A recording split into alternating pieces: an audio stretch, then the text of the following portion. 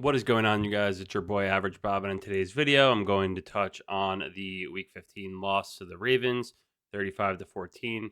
Again, the Giants are pretty much just—I don't even know. They have to blow the whole thing up. But I do want to be honest with you guys. As the season has rapidly progressed to be worse and worse, today I really didn't watch much of this game live. I was following, but we brought the above-average baby to meet Santa Claus at a lunchtime that happened to coincide with the kickoff of this. Obviously, if circumstances were different, if the Giants are 11-2, maybe we'll be seeing Santa a different day. But sometimes you got to keep the above average wife happy and keep the baby happy as well. So with that, I will be seeing a lot of these plays for the first time as well.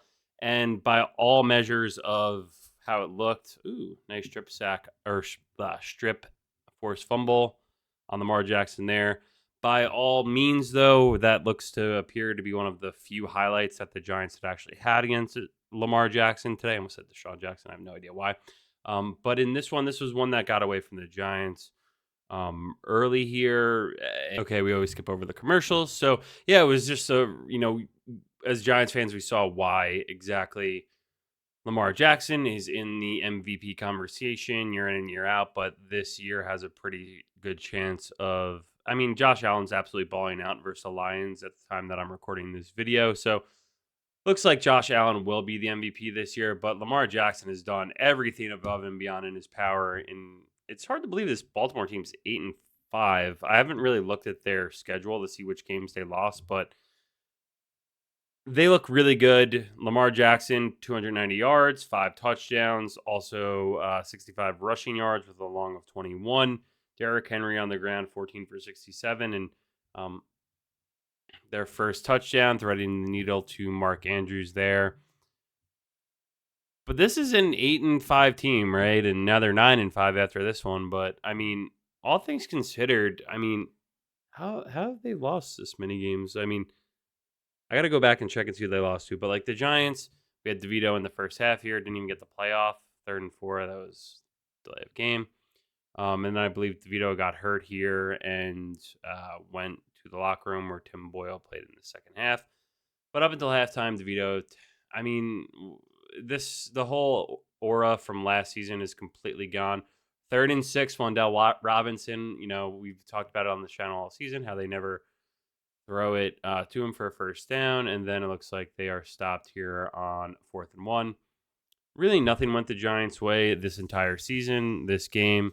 So after this year, I hope the Giants could find whoever can come in and make this team successful, because Joe Shane has kind of been did brag. I mean, he has to a little bit, right? If he wants to keep his job, to say like, oh yeah, these guys are all under contract next year, but it's like the age-old line in Billy Madison, or was it Happy Gilmore? And he's like, I see his girlfriend's like, I see the finger paintings you bring. Here's the problem, Happy. You're a golfer. You're a hockey player. Here's the thing.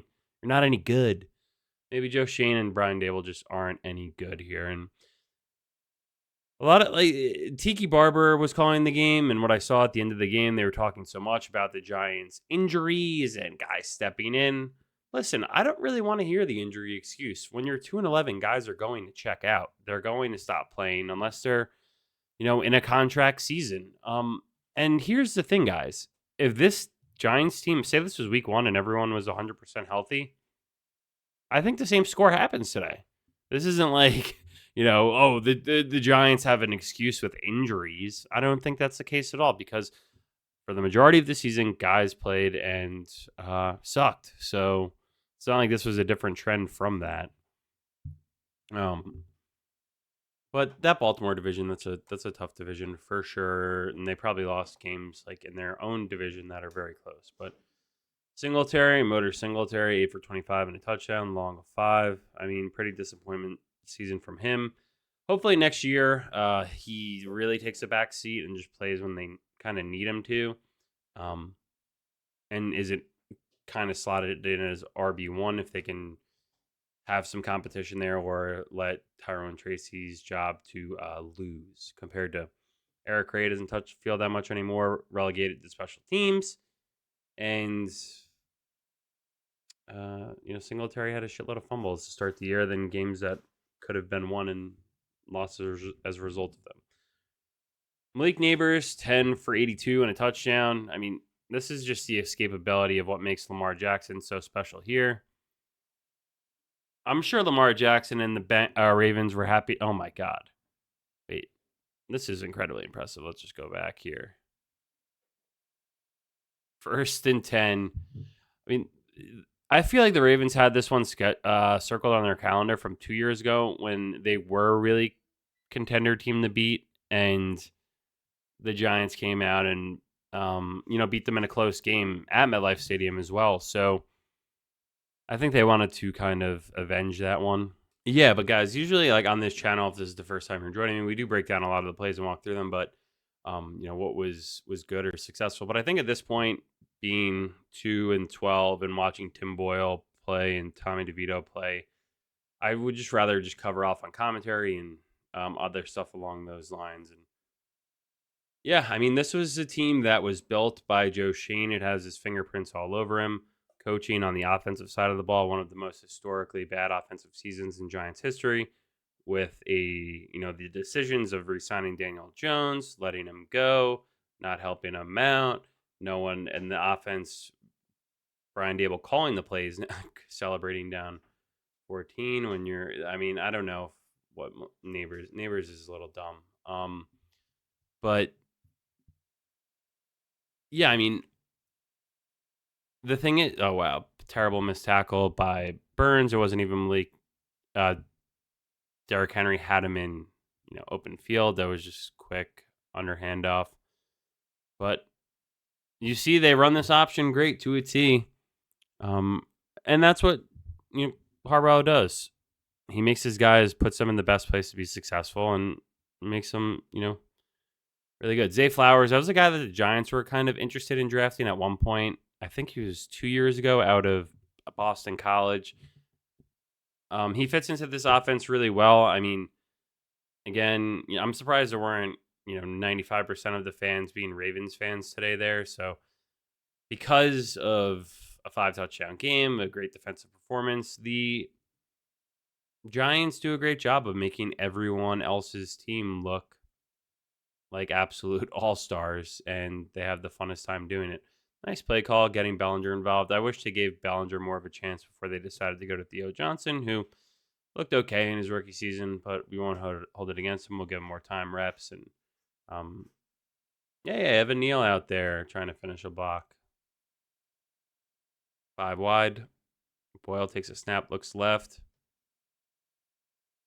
PI for sure, trying to get Neighbors involved. And I just hope that when things are better next year in the future, and hopefully there is a new coach and regime that can make the most out of the players that they have.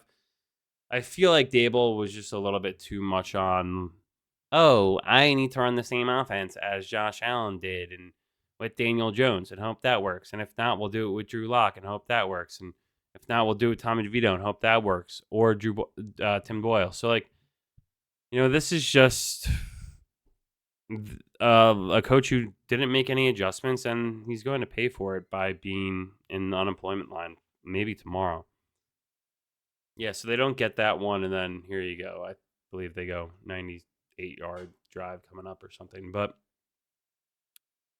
yeah, I don't know who they bring in as the next coach. Obviously, the Giants' track record of hiring coaches since Tom Coughlin went out on that absolute sour note, where they went from Ben McAdoo, who was garbage, and the Pat Shurmur, who was garbage, and then the Joe Judge, who was garbage. And then, there's something weird where the Giants coaches in their first season, this is something that goes with my New York Rangers. Usually in the first season, the new coach comes in.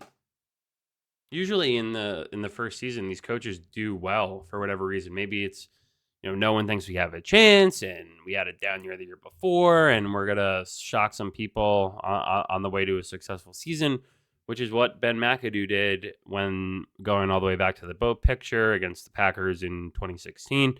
Then in 2022, you had Dable come in, and then they got all the way down to beating the Vikings and getting smashed by the Eagles. So obviously, I don't think whoever comes in next will have that good of a season, because the Giants have a lot of making up to do. When you look at a team, how hard it was for the Ravens to be this 8-9-5 team. Then, you watch other teams play like the Chiefs, the Lions, the Bills. How far away are the Giants from that? I mean, it took them many years to get there, but it also starts with great coaching, um, which the Giants haven't had in quite some time. Hopefully, and I mean hopefully, there's a thing where these teams perennially pick in the top 10 and have no success because the team is just bad. If you're like the Panthers, right? 27-7 on the bottom of your screen there. When you're picking top 5, it's because your team is bad. And then you're taking a young quarterback who is hopefully you're getting one of the best quarterbacks in the draft at that spot, unless you're the Giants and you take Daniel Jones at 6. But my point is, when guys get drafted that high, they're usually not on a good team or don't have good coaching. So it's really hard to, start off strong and build. But then there are other edge cases where guys do well. So what are the Giants going to do in the future when they do make their pick? Will it be Cam Ward? Will it be Shedeur Sanders? Or do they say, hey, we don't like either of these quarterbacks. Let's freaking mayhem guy. Sorry about that. I would have liked to pause at a better time.